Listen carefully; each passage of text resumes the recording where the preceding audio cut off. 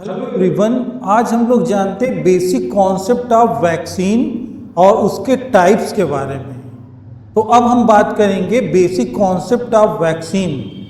देखिए, कभी कभी वैक्सीन में हम non toxic non virulent microbe को लेते हैं या एंटीजेनिक मटेरियल लेंगे या कुछ इनएक्टिव टॉक्सिन लेंगे जिनका हम यूज़ करते हैं एज ए वैक्सीन, और वो मटेरियल जो होंगे इंड्यूस करेंगे long term humoral immunity and cell mediate immunity. Okay, देखिए यहाँ लिखा हुआ है individual may be expose to induce formation of antibody is called artificial immunity. यानी जो वैक्सीन से इम्यूनिटी डेवलप होगी वो आपकी आर्टिफिशियल एक्टिव इम्यूनिटी होगी। You have clear. Next concept हम लोग डिस्कस करेंगे antigen and mixture of antigen is called vaccine which generation immune response is a immunization is known as vaccination. तो देखिए, थोड़ा कंफ्यूजन होता है लोगों में वैक्सीनेशन और इम्यूनाइजेशन। यानी जिस एंटीजेनिक सब्सटेंस से, जिस इनएक्टिव माइक्रोब से या लाइव एटेन्यूटेड माइक्रोब से अगर इम्यून रिस्पॉन्स एक्टिवेट हो रहा है, जनरेट हो रहा है, तो उसको हम इम्यूनाइजेशन बोलेंगे और उसी इम्यूनाइजेशन को हम वैक्सीनेशन बोलते हैं। You have clear difference between immunization and vaccination. अब यहाँ पर स्लाइड में एक इमेज दिख रही है एडवर्ड जेनर की। इनका बहुत बड़ा कंट्रीब्यूशन था वैक्सीन की प्रिपरेशन में। तो पहले क्या था, small pox cow pox disease का आपने नाम सुना होगा। तो उस वैक्सीन को डेवलप करने में इनका बहुत बड़ा कंट्रीब्यूशन था एडवर्ड जेनर का। Okay, you have clear. कभी कभी ऑब्जेक्टिव में यहाँ से क्वेश्चन पूछ लेते हैं कि इस साइंटिस्ट का क्या कंट्रीब्यूशन है इन वैक्सीनेशन में। ओके, अब हम लोग आगे बात करते हैं। देखिए, इम्यून रिस्पॉन्स बार बार हम लोग इस पर डिस्कस कर रहे हैं। जब भी हमारी बॉडी में कोई भी वैक्सीन इंजेक्ट की जाती है, वो लाइव एटेन्यूटेड वैक्सीन है या किल्ड वैक्सीन है, ओके, तो क्या करेगी, आपकी किसी एक सेल को एक्टिवेट करेगी। जैसे मान लीजिए रेड कलर का जो दिख रहा है माइक्रोब, इसको हम लाइव एटेन्यूटेड मान लें, एक वैक्सीन का होल माइक्रो ऑर्गेनिज्म है। तो ये माइक्रोफाज सेल को एक्टिवेट करेगा। माइक्रोफाज सेल साइटोकाइनिन रिलीज करेगी या इंटरल्यूकिन, क्योंकि इंटरल्यूकिन जो है ये कम्युनिकेट करती है अदर इम्यून सेल में। ओके, एक दूसरे के बीच में कम्युनिकेशन होता है, तो उससे दूसरी सेल एक्टिव हो जाएगी, टी सेल। देखिए, इन्फेक्शन आपकी वैक्सीनेशन से माइक्रोफाज सेल एक्टिव हुई, macrophage cell then activate T lymphocyte cell, then T lymphocyte cell activated B lymphocyte cell.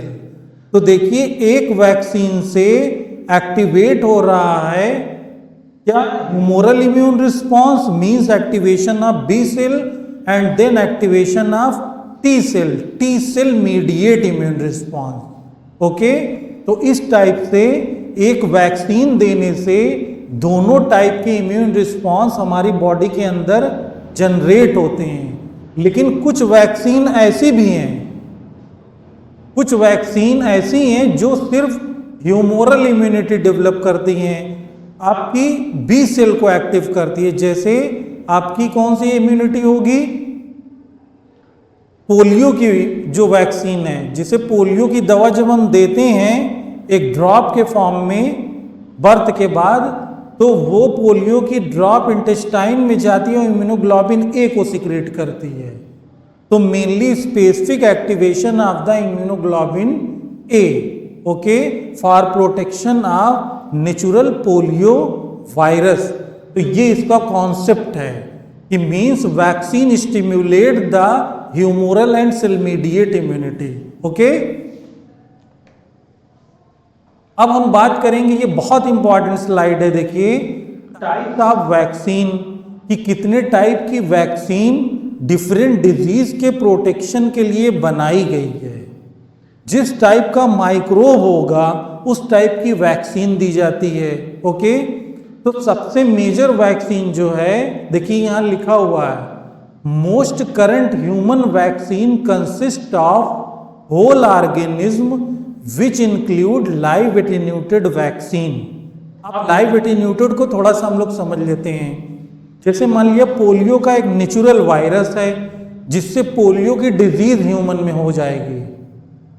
उस पोलियो के वायरस को हम लॉन्ग टाइम तक अनफेवरेबल कंडीशन में रखते हैं, तो जिससे होगा क्या, वो पोलियो का वायरस किल नहीं होगा, लेकिन उसकी पैथोजेनिसिटी यानी जो एंटीजन है वो न्यूट्रलाइज हो जाएगा।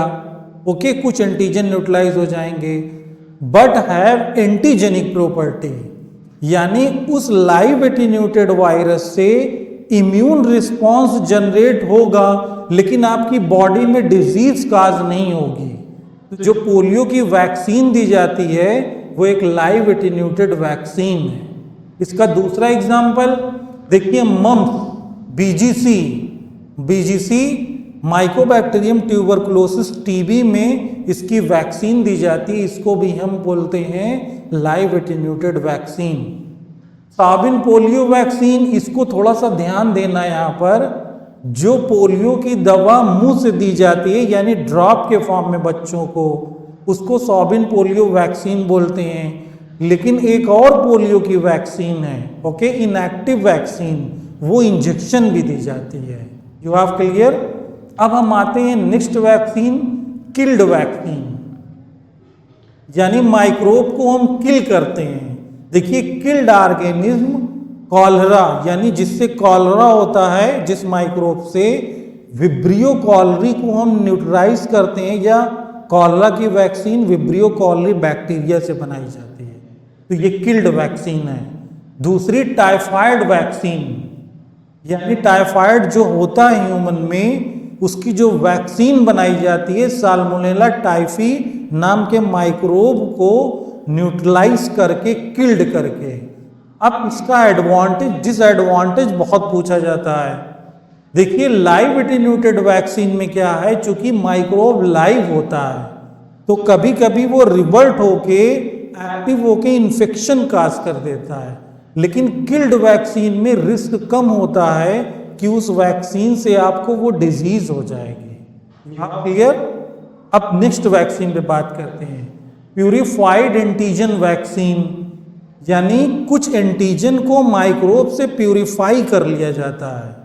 उसका रियल एग्जांपल ऑक्साइड। ओके, तो टिटनस में जो इंजेक्शन दिया जाता है, जब टिटनस आपको होता है तो वो एक टॉक्साइड है। ओके, या डिप्थीरिया के केस में। अब थोड़ा सा हम लोग टॉक्साइड को समझ लेते हैं। देखिए, टॉक्साइड टॉक्सिन से बना है, जो आपका टिटनस का बैक्टीरिया है। ओके, क्लास्ट्रीडियम टिटैनी, ध्यान दीजिएगा, क्लास्ट्रीडियम टिटैनी एक टॉक्सिन प्रोड्यूस करता है, तो उस टॉक्सिन को हम फॉर्मल्डिहाइड या टेम्परेचर से न्यूट्रलाइज कर देते हैं और वो बन जाता है टॉक्साइड। तो toxoid is a vaccine for treatment of tetanus. You have clear. अब नेक्स्ट वैक्सीन पे बात करते हैं, कैप्सूलर पॉलीसैकेराइड वैक्सीन, यानी आपने देखा होगा बैक्टीरिया में कैप्सूल बनते हैं, पॉलीसैकेराइड की लेयर होती है, तो उसी पॉलीसैकेराइड को एज ए वैक्सीन यूज किया जाता है स्टेप्टोकोकस निमोनिया बैक्टीरिया से हम कैप्सूलर पॉलीसैकेराइड वैक्सीन बनाते हैं। किसके लिए? जो निमोनिया हो जाता है। You have clear. अब नेक्स्ट एडवांस वैक्सीन है, देखिए यहाँ लिखा है रिसेंट एडवांस वैक्सीन। तो मॉलिक्यूलर बायोलॉजी में हुआ क्या कि हम जीन को आइसोलेट करके वेक्टर में इंट्रोड्यूस कराते हैं और उससे एंटीजेनिक प्रोटीन को एक्सप्रेस करा लेते हैं अपनी बॉडी में। उसको हम बोलते हैं रिकॉम्बिनेंट वेक्टर वैक्सीन, यानी वेक्टर का हम यूज करते हैं और जो माइक्रोब का एंटीजेनिक जीन है, ध्यान दीजिएगा, जिससे एंटीजेनिक प्रोटीन बनती है, उस जीन को हम इंट्रोड्यूस करते हैं वेक्टर में, then transform in a microbe and then introduce in a host cell, और वहां पे वो जीन एक्सप्रेस होगा एंटीजेनिक प्रोटीन बनेगी, इम्यून रिस्पॉन्स जनरेट हो जाएगा। तो recombinant vector vaccine hepatitis B की वैक्सीन पहली बनाई गई थी, जिसको अप्रूव किया गया। इसको बहुत ध्यान से आप लोग प्रिपेयर कर लीजिएगा। तो ये रियल कॉन्सेप्ट है, इसमें टाइम भी ज़्यादा नहीं है, तो इसको बहुत अच्छे से एग्जाम्पल याद कर लीजिए। डिजीज मैचिंग के क्वेश्चन आते हैं कि एक साइड में दे दिया जाएगा किल्ड एटीन्यूटेड प्यूरिफाइड वैक्सीन, दूसरी साइड माइक्रोब को मैच करना होगा। तो आप लोग बहुत अच्छे से प्रिपेयर करिए, कॉन्सेप्ट को बहुत अच्छे से रिवाइज करिए, लोगों को शेयर कीजिए उनके हेल्प, उन पे गाइडेंस के लिए। और इससे जितने भी हमारे लेक्चर हैं आप उससे रिवीजन करिए, टारगेट बेस्ड लर्निंग होगी। अब इन्हीं सब जगह से नेट गेट इंडिया के जितने एग्जाम हैं, अगर वैक्सीन से क्वेश्चन पूछेगा तो वो इन्हीं जगह से पूछेगा और बहुत इजीली आप रिवाइज कर सकते हैं। अब देखिए लास्ट में हम लोग बात कर लेते हैं, यहाँ पे दो साइंटिस्ट की इमेज दिख रही है, रॉबर्ट कोच और लुइस पास्चर। तो इन लोगों का बहुत बड़ा कंट्रीब्यूशन था, रॉबर्ट कोच का मॉडर्न माइक्रोबायोलॉजी में और वैक्सीन डेवलप करने में। ओके, तो दुनिया में टीबी की वैक्सीन जो बनाई गई थी, अगर रॉबर्ट कोच ना होते तो वैक्सीन हमारे पास ना होती, बीसीजी की वैक्सीन। ओके, लुइस पास्चर में इसमें आपकी रेबीज की वैक्सीन में इनका बहुत बड़ा कंट्रीब्यूशन था। तो चूंकि साइंटिस्ट के नाम को हम पढ़ते नहीं हैं, उनका क्या कंट्रीब्यूशन था वैक्सीनेशन में एंड मेडिकल माइक्रोबायोलॉजी में, इससे भी क्वेश्चन आते हैं और हमें नॉलेज के लिए इसके बारे में भी जानना चाहिए कि किन लोगों का इतना बड़ा कंट्रीब्यूशन था। अगर रॉबर्ट कोच न होते आज तो किसी की वैक्सीन हम बना नहीं सकते थे, क्योंकि उन्होंने ही लैब में माइक्रोब को कल्चर मीडियम पर ग्रो किया था। ओके, तो बहुत बड़ा इनका कंट्रीब्यूशन है माइक्रोबायोलॉजी में और मेडिकल साइंस में। जो आप क्लियर, तो आप हमारे लेक्चर को लाइक करें, शेयर करें लोगों की हेल्प के लिए। और जब एग्ज़ाम क्वालिफाई होंगे, किसी पोस्ट पर जाएंगे, तो हमेशा स्किल इनोवेटिव लोगों को प्रमोट करना है, पढ़े लिखे लोगों को रिस्पेक्ट देना है, उससे आपके रास्ते आसान होंगे, क्योंकि इनोवेटिव लोगों में रिस्पेक्ट और वो लोग इम्प्रेस हो जाते हैं। ओके, तो लोगों को शेयर करें उनके गाइडेंस के लिए। Stable career, thanks for sustainable development.